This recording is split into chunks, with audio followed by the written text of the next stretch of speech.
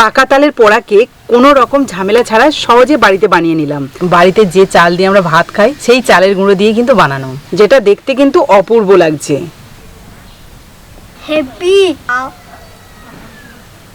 নমস্কার বন্ধুরা, আমি সাবিত্রী। বন্ধুরা, আজকে আমার রান্নাঘরে চলে এলাম তালের আরেকটা রেসিপি নিয়ে, যেটার নাম হলো তালের পোড়া কেক। আর এই কেকটা খেতে কিন্তু দারুণ মজার লাগে, আর বানানো কোনো রকম ঝামেলা ছাড়া খুব কম সময়ের মধ্যে হয়ে যায়। আপনারা সম্পূর্ণ ভিডিওটা দেখলে খুব সহজে বানিয়ে নিতে পারবেন। আর যেহেতু এখন তালের সিজন, তাই কোনো রকম ঝামেলা হবে না তাল পাওয়ার। তবে হ্যাঁ, শুধু আজকে কিন্তু তালের পোড়া কেক বানিয়ে দেখাবো না, তালের পাল্পটা কিভাবে সংরক্ষণ করে রাখবেন সেটাও শেয়ার করব, যাতে আপনারা একবার তালের পাল্পটা বের করে অনেক দিন ধরে খেতে পারেন, বা অনেকবার কিন্তু বিভিন্ন ধরনের পদ বানিয়ে খেতে পারেন। যেহেতু আমরা জানি যে তালের পাল্প বের করাটা সব থেকে কঠিন কাজ, তো এটাকে যদি সংরক্ষণ করে রাখা যায় তাহলে তো কোনো রকমই তালের পদ বানানোর ঝামেলাই হবে না। আচ্ছা, আপনাদের কিন্তু প্রথমে তালের পাল্পটা কিভাবে সংরক্ষণ করবেন সেটাই দেখিয়ে দেবো। তার জন্য কিন্তু আমি এখানে দুটো তালের পাল্প বের করে নিয়েছি। আর আজকের ভিডিওতে কিন্তু আলাদা করে তালের পাল্প বের করাটা দেখাচ্ছি না, তবে হ্যাঁ, আগের ভিডিওতে আমি দেখিয়ে দিয়েছিলাম কিভাবে স্ট্রেনারের সাহায্যে তালের পাল্পটা বের করতে হয়। তো আপনারা কিন্তু খুব সহজে এইভাবে বের করে নিতে পারেন তালের পাল্পটা। গ্যাস ধরে একটা কড়াই বসিয়ে দিলাম। এবার তালের পাল্পটা আমি কড়াইয়ের মধ্যে দেবো। শুধু পিওর কিন্তু তালের পাল্পটাই এখানে রয়েছে, আর এটা কিন্তু কোনো রকম জল ছাড়াই কিন্তু পাল্পটা বের করানো। যেহেতু আমি তালের পাল্পটা সংরক্ষণ করে রাখবো, সেই জন্য কিন্তু জল ছাড়াই পাল্পটা বের করেছি। এবার কিন্তু কড়াইতে এটাকে 3 থেকে 4 মিনিট মতো ভালোভাবে নেড়ে চেড়ে আরও একটু শক্ত শক্ত করে নেব। মানে একটু রসটা কমিয়ে নিলে কিন্তু এই তালের পাল্পটা অনেক দিন সংরক্ষণ থাকে। দেখুন, তালের পাল্পটা প্রায় 4 মিনিট মতো আমি নাড়াচাড়া করে নিয়েছি, আর পাল্পটা কিন্তু খুব সুন্দরভাবে রেডি হয়ে গেছে। মানে এটা সংরক্ষণের জন্য একদম উপযুক্ত। এই গ্যাস থেকে নামিয়ে ঠান্ডা করতে দেব। এবার এদিকে দেখুন, তালের পোড়া কেক বানানোর জন্য আমি 2 কাপ চাল আগে থেকে ভালো করে ধুয়ে তারপর 3 ঘন্টা মতো জলে ভিজিয়ে রেখেছিলাম। তারপর জলটা ঝাড়িয়ে নিয়েছি। আর হ্যাঁ, এই চালটা কিন্তু আমরা যে চাল ভাত রান্না করে খাই সেই ভাতেরই চাল নিয়েছি। তো চলুন, এটাকে আমি এখন পেস্ট করে নেব। তার জন্য একটা মিক্সির জার নিয়ে নিলাম, আর তার মধ্যে চালগুলো দিয়ে দিচ্ছি। এবার ভালো করে মিক্সি ঘুরিয়ে নেব। দেখুন, চালটাকে আমি এভাবে গুঁড়ো করে নিয়েছি। মানে একটু ভিজে ভিজে চাল ছিল, তার জন্য কিন্তু এরকম গুঁড়ো হয়েছে। মানে একটু সুজির থেকে একটু ছোট। তো এইরকম গুঁড়ো হলে কিন্তু খুব ভালো হয়। মানে একদম মিহি গুঁড়ো থেকে একটু দানা দানা থাকবে, তাহলে কিন্তু এই পোড়া কেকটা খেতে ভীষণ ভালো লাগবে। তো চলুন, এটাকে আমি একটা গভীর পাত্রে নিয়ে নিই। এবার এর মধ্যে দিয়ে দিচ্ছি প্রায় 1.5 বাটি মতো লিকুইড দুধ। প্রায় হাফ বাটি মতো দিয়ে দিচ্ছি আখের গুড়। আপনারা চাইলে চিনিও ব্যবহার করতে পারেন। মিষ্টি ব্যালেন্সটা যাতে ঠিকঠাক আছে তার জন্য দিয়ে দিচ্ছি আন্দাজ মতো নুন। দিয়ে দিচ্ছি 2টো ফাটিয়ে নেওয়া এলাচ। এলাচটা দিলে কিন্তু ফ্লেভারটা খুব সুন্দর আসে। আর সফটনেসের জন্য আমি দিয়ে দিচ্ছি 1 চামচ ময়দা। সবশেষে দিয়ে দিচ্ছি কোঁচানো নারকেল। এই দেখুন, চালের গুঁড়োর মধ্যে দুধ দেওয়াতে অনেকটাই নরম হয়ে গেছে, দেখতে পাচ্ছেন।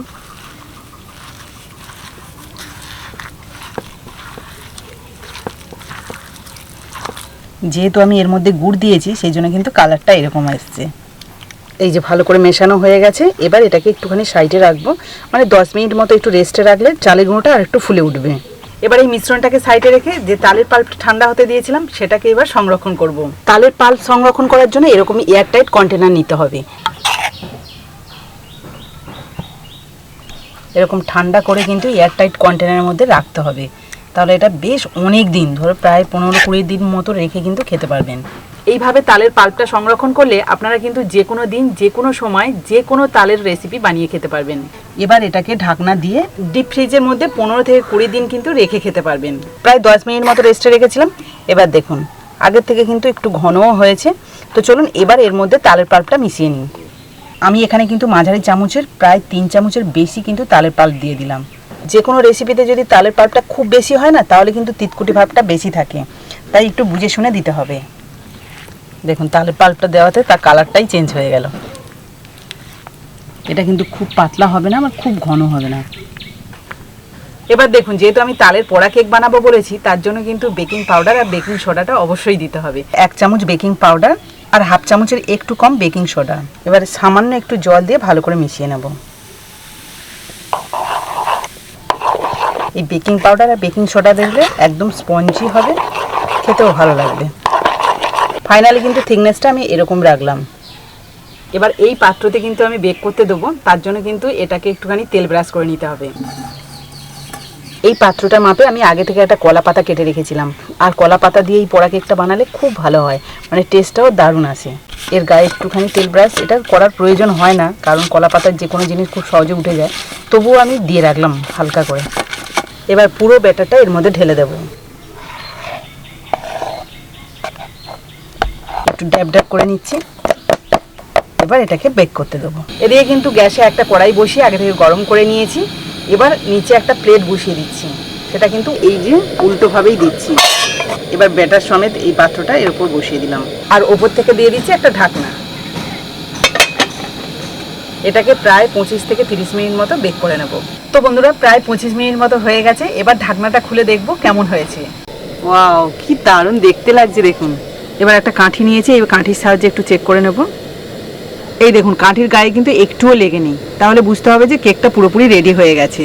তো চলুন এবার এটাকে নামিয়ে নিই। নামিয়ে নিয়ে কিন্তু একটু ঠান্ডা করে নিতে হবে। ও মা, এটা কি কেক? এটা মনে হচ্ছে তো আইসক্রিম। আইসক্রিম দেখতে পাচ্ছেন? দুষ্টু মনে হচ্ছে। হ্যাঁ। তো বন্ধুরা দেখুন, কেকটা তো বেক করার পরে আমি কিছুক্ষণ ঠান্ডা হওয়ার জন্য রেখে দিয়েছিলাম, প্রায় আধা ঘন্টা মতো কিন্তু ঠান্ডা করে নিয়েছি। ভালোভাবে ঠান্ডা হয়ে গেছে। এবার কিন্তু কেকটাকে খুব ভালোভাবে তুলেও নিতে পারবো। তার মাঝে কিন্তু কুটু স্কুল থেকেও চলে এসছে, তাই ওকে নিয়ে এলাম। ও খেয়ে আপনাদের বলবে এই কেকটা কেমন হয়েছে, তাই তো? কতটা নরম হয়েছে কেকটা, আর কালারটাও কিন্তু চেঞ্জ হয়ে গেছে। আর এই যে ঠান্ডা করেছি বলেই কিন্তু এই যে চার সাইডটা কিন্তু ছেড়ে দিয়েছে খুব ভালোভাবে। তবুও আমি একবার ছুরি দিয়ে এইভাবে ছাড়িয়ে নেব, যাতে একটুও জড়িয়ে না থাকে। এবার এই থালার পেছনেই কিন্তু আমি উল্টে দিচ্ছি। এই দেখুন কি দারুণ হয়েছে দেখুন। কলা পাতাটা এই যে থেকে গেছে, কিন্তু কলা পাতার ফ্লেভারটা কিন্তু খুব ভালোভাবে এই কেকে পাবেন। পেছনটা দেখেছেন কি দারুণ হয়েছে। পোড়া কেক তো পোড়া কেকের মতোই হয়েছে। সাইডগুলো দেখুন কতটা সুন্দর হয়েছে। একদম ঝামেলা ছাড়াই কিন্তু এই কেকটা বানিয়ে নেওয়া যায়। কুটুস, কেকটা কেমন লাগছে রে? ভালো লাগছে, কিন্তু গন্ধ শুকে তো খেতে ইচ্ছে করছে। তাড়াতাড়ি দাও, না হলে ঘুমিয়ে পড়ছি। ও মা, খুব গন্ধ বেরোচ্ছে, খুব সুন্দর কিন্তু এটা সত্যিই সেন্ট বেরোচ্ছে। তো চলুন, পুট্টু যখন বলছে ও আর থাকতে পারছে না, তো একটু কেটে নিন। একটা ছুরির সাহায্যে খুব সুন্দর করে কেকটা কেটে নিচ্ছি।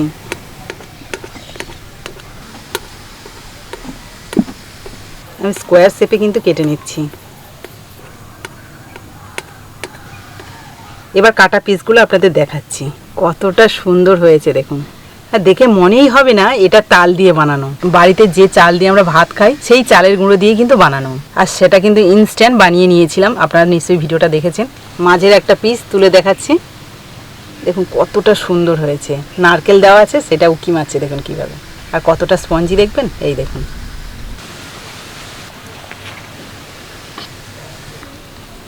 তাড়াতাড়ি দাও না, ঘুম পেয়ে গেল। নুরি বাবা, এই তো। বলো কেমন লাগছে? হ্যাপি বলো, একটু বন্ধুদের বলো হ্যাপি। তোমরাও বানিয়ে খাবে, কিন্তু এখানে দেখতে পাচ্ছ হলুদ, এখানে দেখতে পাচ্ছ ব্রাউন।